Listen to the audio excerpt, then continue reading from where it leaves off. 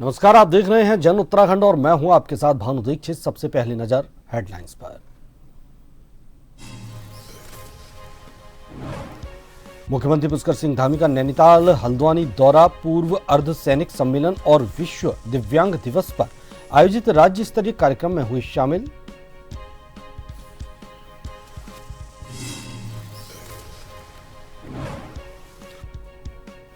उत्तराखंड में भालू के हमले में घायलों को मिलेगा 10 लाख का मुआवजा। वन विभाग की अहम बैठक में राशि बढ़ाने पर सहमति। अनुमोदन मिलते ही पूरे राज्य में होगी लागू।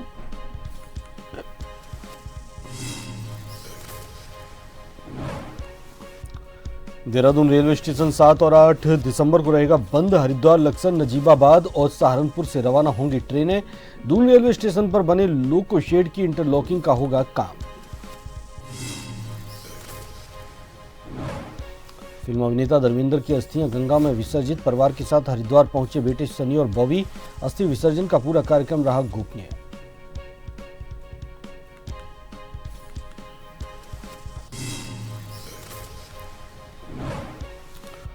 उत्तराखंड में 5 दिसंबर को बदलेगा मौसम का मिजाज। कई जिलों में बारिश और ऊपरी इलाकों में बर्फबारी की संभावना। उत्तरकाशी, चमोली, बागेश्वर, रुद्रप्रयाग और पिथौरागढ़ में हो सकती है बारिश।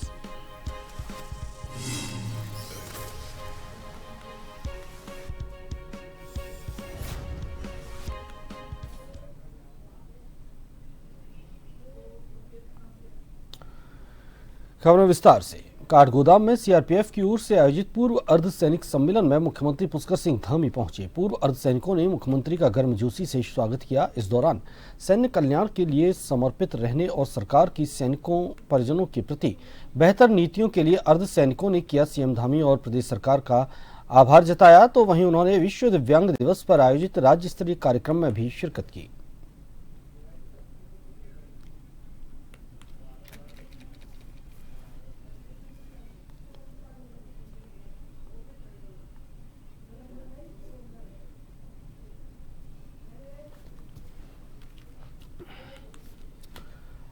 उत्तराखंड में लगातार बढ़ रहे मानव वन्य जीव संघर्ष, विशेषकर भालू हमलों की घटनाओं को देखते हुए वन विभाग ने बड़ा कदम उठाया है। वन विभाग की एक अहम बैठक में भालू हमलों में घायल होने वाले पीड़ितों के लिए मुआवजा राशि बढ़ाने पर सहमति बन गई है। बैठक में लिए गए निर्णय के अनुसार गंभीर रूप से घायल पीड़ितों को अब अधिकतम 10 लाख रुपए तक मुआवजा देने का प्रस्ताव तैयार किया गया है। प्रस्ताव को अंतिम मंजूरी के लिए राज्य शासन को भेज दिया गया है। वन विभाग का मानना है कि नई मुआवजा दरें लागू होने से पीड़ित परिवारों को बड़ी राहत मिलेगी और मानव वन्य जीव संघर्ष के दौरान होने वाले नुकसान की भरपाई में मदद मिल सकेगी।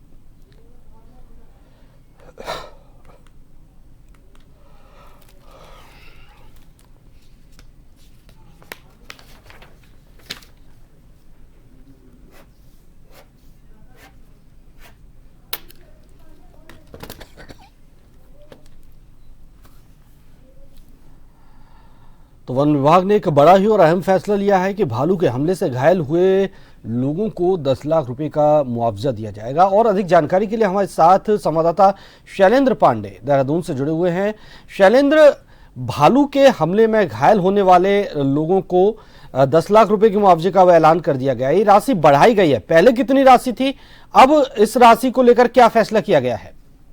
जी बिल्कुल, जिस प्रकार से मौजूदा घटनाक्रम जो भालू की आक्रामकता को लेकर के जो है मानव वन्यजीव संघर्ष में जो भालू की आक्रामकता को लेकर के जो मामले सामने आए हैं, उस पूरे मामले को लेकर के मुख्यमंत्री पुष्कर सिंह धामी खुद अलर्ट मोड पे हैं और उन्होंने जो है वन विभाग को जो है पूरी तरीके से अलर्ट मोड पे रखा है। और इसके अलावा जो है आज की ही खबर बता रहा हूँ कि पूरे मामले पर जो है अब के जो प्रदेश सरकार है ये आखिर ये इसकी जांच कराएगी आखिर भालुओं में आक्रामकता आई कैसे है, क्योंकि अब तक जो है कई लोग भालू के हमले से अपनी जान गंवा चुके हैं। इसके अलावा जो मानव वन्यजीव संघर्ष के मामले में यदि कोई मर जाता है तो ऐसी कंडीशन में जो 10 लाख रुपए की धनराशि है, पहले लगभग 5 लाख रुपए के आसपास धनराशि दी जाती थी, लेकिन 10 लाख रुपए सिर्फ भालू ही नहीं अन्य वन्य जीव हैं या सांप काटने से या फिर किसी अन्य जानवरों के मारने से अगर कोई व्यक्ति मरता है तो 10 लाख रुपए की धनराशि लगभग दी जानी है, ये निश्चित करा गया है। ये कैबिनेट का और मुख्यमंत्री पुष्कर सिंह धामी का फैसला है।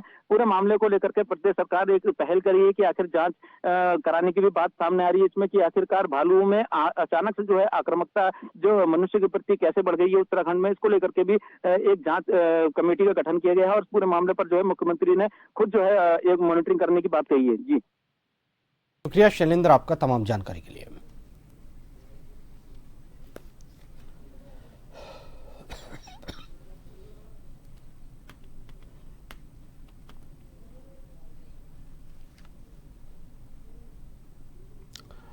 कथित वोट चोरी और मतदाता सूची में हेरफेर के आरोप को लेकर कांग्रेस ने केंद्र सरकार पर सीधा हमला बोला है।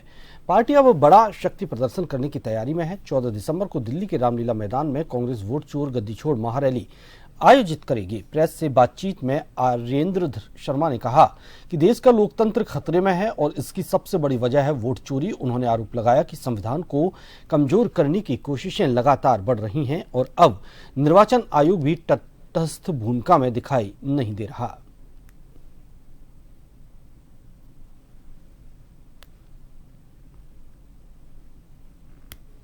आप जागरूक कर रहे हैं जनता के माध्यम से, प्रेस के माध्यम से, और दबाव दे रहे हैं हर एजेंसी पे कि वोट चोर जिस तरीके से किया जा रहा है, दबाव बना रहे हैं हम जितना भी हो सकता है। कांग्रेस अपना पूरा काम कर रही है, विपक्ष में लोकसभा में लड़ रही है, राज्यसभा में लड़ रही है, और ये रैली भी जगह जगह हम रैली कर रहे हैं इसके माध्यम से कि हम वोट चोर गद्दी छोड़ का नारा दे रहे हैं। हम पूरे समाज के लिए हर वोटर को जागरूक कर रहे हैं कि अपना वोट किसी भी कीमत पर ना करते थे, अपने अधिकारों को जो संविधान ने दिया है उसकी लड़ाई लड़े। अगर कहीं अतिक्रमण है हम उसके पक्ष में नहीं, पर हर समस्या में स्टेक होल्डर होते हैं और सरकार का दायित्व है कि हर व्यक्ति को विश्वास में लेकर उस कार्य को करे। जबरदस्ती जिस तरीके से बुलडोजर राज्य की स्थापना भाजपा कर रही है वो लोकतंत्र के हित में नहीं। सीएम धामी के निर्देशों के बाद तहसील जिलासू में जिलाधिकारी गौरव कुमार की अध्यक्षता में तहसील दिवस का आयोजन किया गया। तहसील दिवस में कुल 50 शिकायतें प्राप्त हुई, जिनमें से अधिकांश का जिलाधिकारी द्वारा मौके पर ही निस्तारण किया गया। शेष शिकायतों के लिए संबंधित विभागों को प्राथमिकता के आधार पर त्वरित कार्रवाई के निर्देश दिए गए। क्षेत्रवासियों द्वारा मुख्य रूप से सड़क, पेयजल, बिजली, श्रम कार्ड, राशन कार्ड, मार्ग सुधार और बंदर, लंगूर एवं जंगली सुअरों से फसलों को हो रहे नुकसान संबंधी समस्याएं दर्ज कराई गई।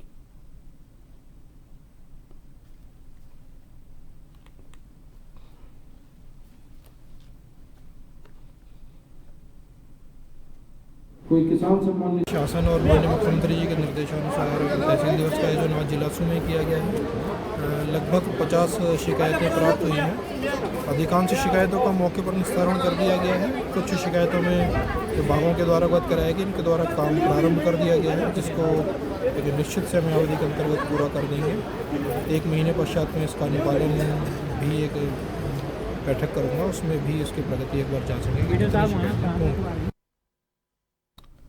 पर्यटन नगरी रानीखेत विधानसभा के पिलखोली जिला पंचायत सदस्य प्रदीप कुमार ने पिलखोली जिला पंचायत क्षेत्र के सरकारी स्कूल में भवनों की स्थिति, पेयजल सहित मूलभूत समस्याओं को लेकर मुख्य शिक्षा अधिकारी अल्मोड़ा को ज्ञापन सौंपा। मुख्य शिक्षा अधिकारी अल्मोड़ा ने जिला पंचायत सदस्य प्रदीप कुमार को समस्याओं के समाधान करने का आश्वासन दिया है। आज मैं मुख्य शिक्षा अधिकारी जी से मिलने गया था, तो विगत कुछ दिन पहले मैंने अपने क्षेत्र के स्कूलों का निरीक्षण किया, तो वहाँ पे कई सारी समस्याएं थी।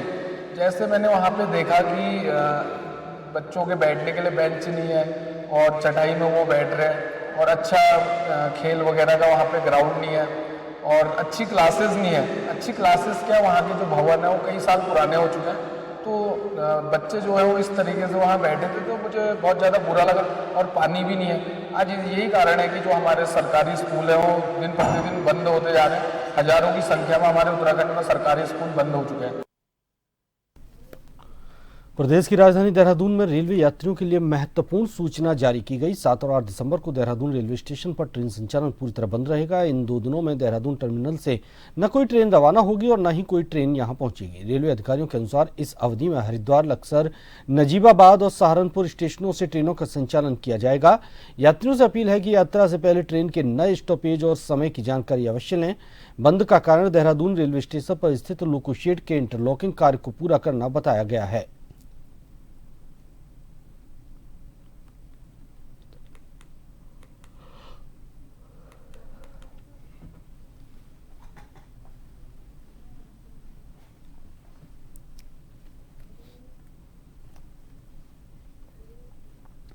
सांसद खेल महोत्सव 2025 का आयोजन रानीपुर विधानसभा क्षेत्र के डीपीएस स्कूल में उत्साह और ऊर्जा के साथ संपन्न हुआ। कार्यक्रम में नगरपालिका अध्यक्ष राजीव शर्मा मुख्य अतिथि के रूप में उपस्थित रहे, जिन्होंने दीप प्रज्वलित कर प्रतियोगिताओं का शुभारंभ किया। पीएम मोदी के फिट इंडिया मूवमेंट से प्रेरित ये महोत्सव युवाओं में खेल भावना, अनुशासन, टीम वर्क और स्वस्थ जीवन शैली को बढ़ावा देने का महत्वपूर्ण प्रयास है। वहीं वॉलीबॉल, कबड्डी, एथलेटिक्स सहित विभिन्न खेलों में बड़ी संख्या में बालक बालिकाओं ने हिस्सा लिया और उत्कृष्ट प्रतिभा का प्रदर्शन किया। विजेता और उपविजेता खिलाड़ियों को सम्मानित कर उनका उत्साहवर्धन किया गया, जिससे युवाओं में नई ऊर्जा का संचार हुआ।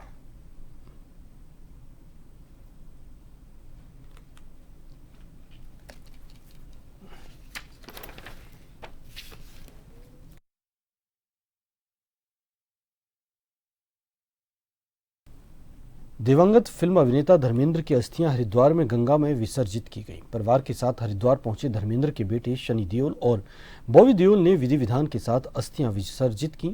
अस्थियां विसर्जन का पूरा कार्यक्रम गोपनीय ढंग से किया गया और मीडिया के साथ कोई भी जानकारी साझा नहीं की गई।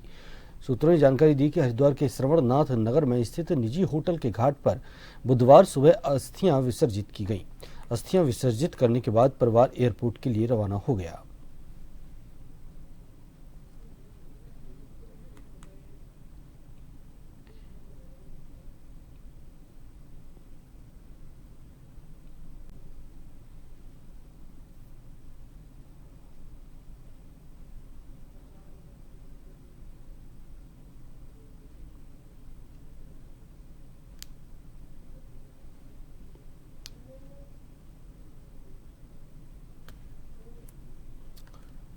बीते दिनों देहरादून की चक्राता से गर्भवती महिला से रेप का मामला सामने आया है। इससे 2 दिन पहले प्रदेश के चमोली से भी एक शिक्षक को छात्रों की यौन शोषण के मामले में गिरफ्तार किया गया था। लगातार महिला उत्पीड़न के मामलों के सामने आने पर विपक्ष एक बार फिर सरकार पर सवाल खड़े करता दिखाई दे रहा है। तो वहीं भाजपा प्रदेश प्रवक्ता कुंवर जपेंद्र सिंह ने भी इन प्रकरणों की निंदा करते हुए कहा कि अपराध और अपराधी का कोई समाज नहीं होता और अपराधी को सजा देने का काम सरकार और न्यायपालिका है। इन अपराधों को क्षमा नहीं किया जाएगा।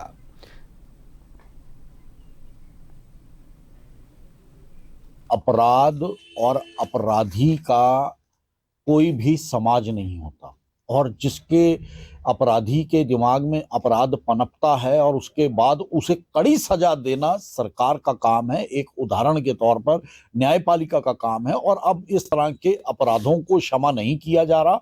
न्यायपालिका भी इस पे सख्त है और कार्यपालिका भी इस पे सख्त है, शासन प्रशासन भी सख्त है। तो निश्चित तौर पर इस तरह का कृत्य करने वालों को कड़ी से कड़ी सजा के प्रावधानों के तहत सजा मिलनी चाहिए और न्यायपालिका इसमें अपना काम बखूबी निभा भी रही है। फिलहाल रुकेंगे एक छोटे से ब्रेक के लिए।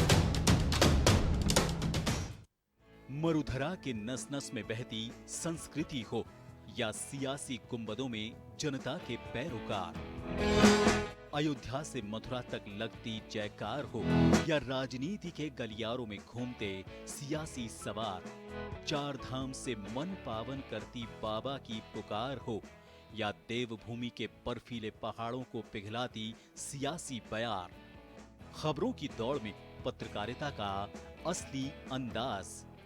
हम हैं जन टीवी, जन जन की आवाज। शिक्षा, खेल, धर्म कर्म या हो राजकाज, बदलते वक्त में भी पत्रकारिता का वही अंदाज। खबरों की दौड़ में सबसे पहले, हर जगह, हर वक्त, क्योंकि आपका भरोसा ही है हमारी असली ताकत। खबर हो चाहे छोटी या हो रहा हो कुछ विशेष, हर खबर जिससे रूबरू होता है हमारा देश। जनता के विश्वास की सबसे बुलंद आवाज। हम हैं जन टीवी, जन जन की आवाज।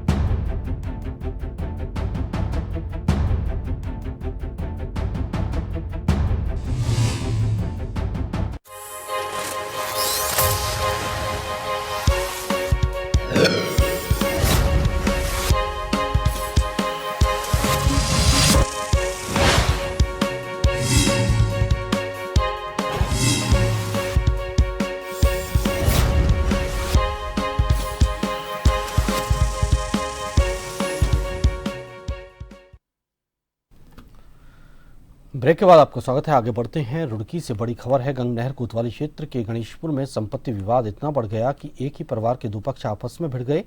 अमन बत्रा और नमन बत्रा नाम के दो भाइयों ने मिलकर अपने तीसरे भाई विपुल बत्रा और उनकी पत्नी के साथ मारपीट की, जिसमें दोनों घायल हो गए। इस झगड़े का वीडियो एक पड़ोसी ने अपनी छत से बनाया, जो अब सोशल मीडिया पर तेजी से वायरल हो रहा है।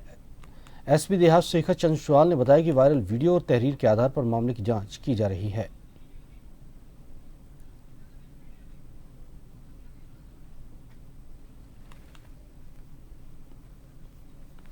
थाना गंगनहर का मामला है ये, जहाँ पर वो सगे भाई हैं जिनका प्रॉपर्टी को लेके कुछ डिस्प्यूट है, तो वो प्रॉपर्टी में कुछ दीवार लगाने को लेके आपस में झगड़ रहे हैं। पुलिस के संज्ञान में है।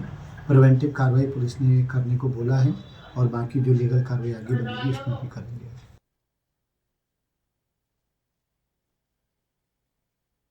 जस्सा गांजा व्यक्ति की संदिग्ध परिस्थितियों में मौत हो गई, जिसके बाद परिवार में शोक का माहौल है। सूचना मिलते ही पुलिस मौके पर पहुंची और मामला दर्ज कर जांच शुरू कर दी है। परिजनों के अनुसार मृतक राम सिंह का 2 दिन पहले घरेलू विवाद हुआ था, जिसके बाद उनकी पत्नी मायके चली गई। परिवार का कहना है कि मृतक ने पत्नी से संपर्क करने की कोशिश की, लेकिन फोन नहीं उठाया गया, जिससे वो मानसिक रूप से तनाव में था। पुलिस ने शव को कब्जे में लेकर पोस्टमार्टम के लिए भेज दिया है, ताकि मौत के वास्तविक कारणों का पता चल सके। अधिकारियों का कहना है कि प्रारंभिक जांच जारी है और पोस्टमार्टम रिपोर्ट आने के बाद ही आगे की कार्रवाई की जाएगी।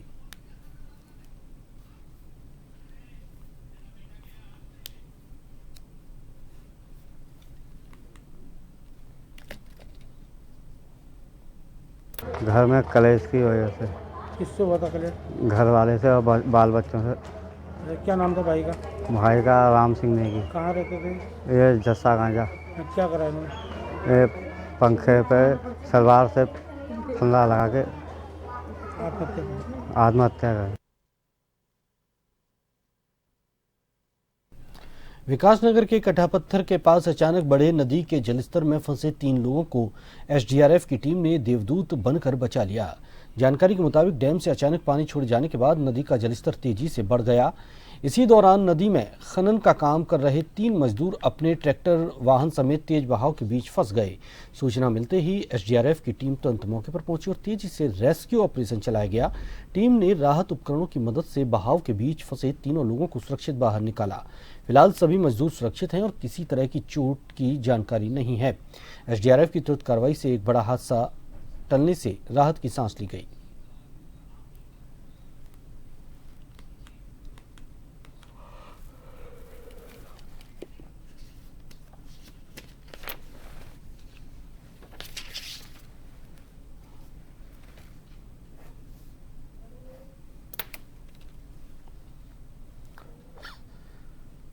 भारत मौसम विज्ञान के मुताबिक आने वाले हफ्ते में उत्तराखंड के पहाड़ी जिलों में हल्की से मध्यम बारिश और बर्फबारी होने का अनुमान है। देखिए एक रिपोर्ट। भारत मौसम विज्ञान विभाग के मुताबिक आने वाले हफ्ते में उत्तराखंड के पहाड़ी जिलों में हल्की से मध्यम बारिश और बर्फबारी होने का अनुमान है। मौसम विभाग का कहना है कि उत्तराखंड के उत्तरकाशी, चमोली, बागेश्वर, रुद्रप्रयाग और पिथौरागढ़ जिलों के ऊंचे इलाकों में 5, 7 और 8 दिसंबर को हल्की से बहुत हल्की बारिश हो सकती है। 5 तारीख को थोड़ा सा जो हमारे ऊपर पहाड़ी राज्य है इस पे जिले हैं, उत्तरकाशी, चमोली, पिथौरागढ़, रुद्रप्रयाग और बागेश्वर जो जिले हैं, इनमें जो हल्की से मध्यम दर्जे की बारिश या स्नोफॉल के चांसेस हैं। उसके बाद फिर 7 और 8 तारीख में इन्हीं एरियो में जो ऊपर के जिले हैं, उत्तरकाशी, चमोली और पिथौरागढ़ जो मिली है, हल्की से मध्यम दर्जे की बारिश हो सकते हैं, बहुत लाइट रेन और स्नोफॉल हो सकता है जो 3500 मीटर और उससे ऊपर के इलाके हैं। आईएमडी के अनुमान के मुताबिक अगले कुछ दिनों में उत्तराखंड में न्यूनतम तापमान में 1 से 2 डिग्री सेल्सियस की गिरावट आने का अनुमान है, लेकिन उसके बाद मौसम में कोई बड़ा बदलाव नहीं दिखेगा। जो अधिकतम तापमान जो हमको अभी मिल रहा है वो देहरादून में ही है। जो हमारे डाटा है उसमें लगभग 25 डिग्री है और जो ऊपर के जो अधिकतम तापमान में मिनिमम में देहरादून में 8 के नीचे है, 7.7 डिग्री है। तो ऐसे ही बाकी जगह भी लगभग ऐसे ही 19-20 से लेकर के 23-24 के बीच में टेम्परेचर मिल रहे हैं, मैक्सिमम टेम्परेचर, जबकि मिनिमम टेम्परेचर हमारे को 4-5 से लेकर के 8-9 के बीच में मिल रहे हैं। इस हफ्ते उत्तराखंड के पहाड़ी इलाकों की घाटियों में कुछ जगहों पर हल्के से मध्यम कोहरा छाए रहने का अनुमान है।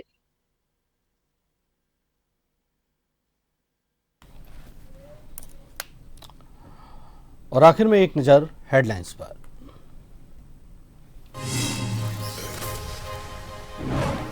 मुख्यमंत्री पुष्कर सिंह धामी का नैनीताल हल्द्वानी दौरा पूर्व अर्धसैनिक सम्मेलन और विश्व दिव्यांग दिवस पर आयोजित राज्य स्तरीय कार्यक्रम में हुए शामिल।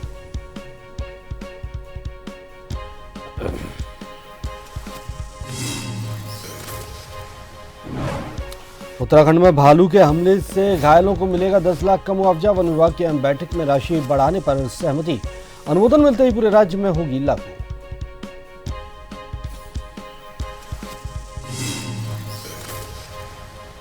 देहरादून रेलवे स्टेशन 7 और 8 दिसंबर को रहेगा बंद। हरिद्वार, लक्सर, नजीबाबाद और सहारनपुर से रवाना होगी ट्रेनें। दून रेलवे स्टेशन पर बने लोको शेड की इंटरलॉकिंग का होगा काम।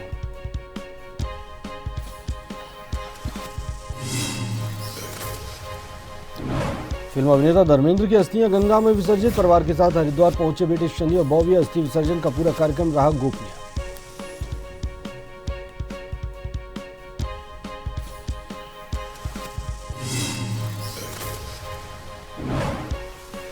उत्तराखंड में 5 दिसंबर से बदलेगा मौसम का मिजाज। कई जिलों में बारिश और ऊपरी इलाकों में बर्फबारी की संभावना।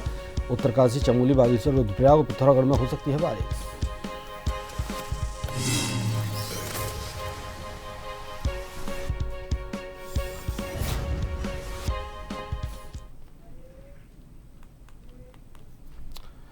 इसी के साथ जन उत्तराखंड में फिलहाल इतना ही। लगातार अपडेट्स के लिए आप बने रहिए जन टीवी के साथ।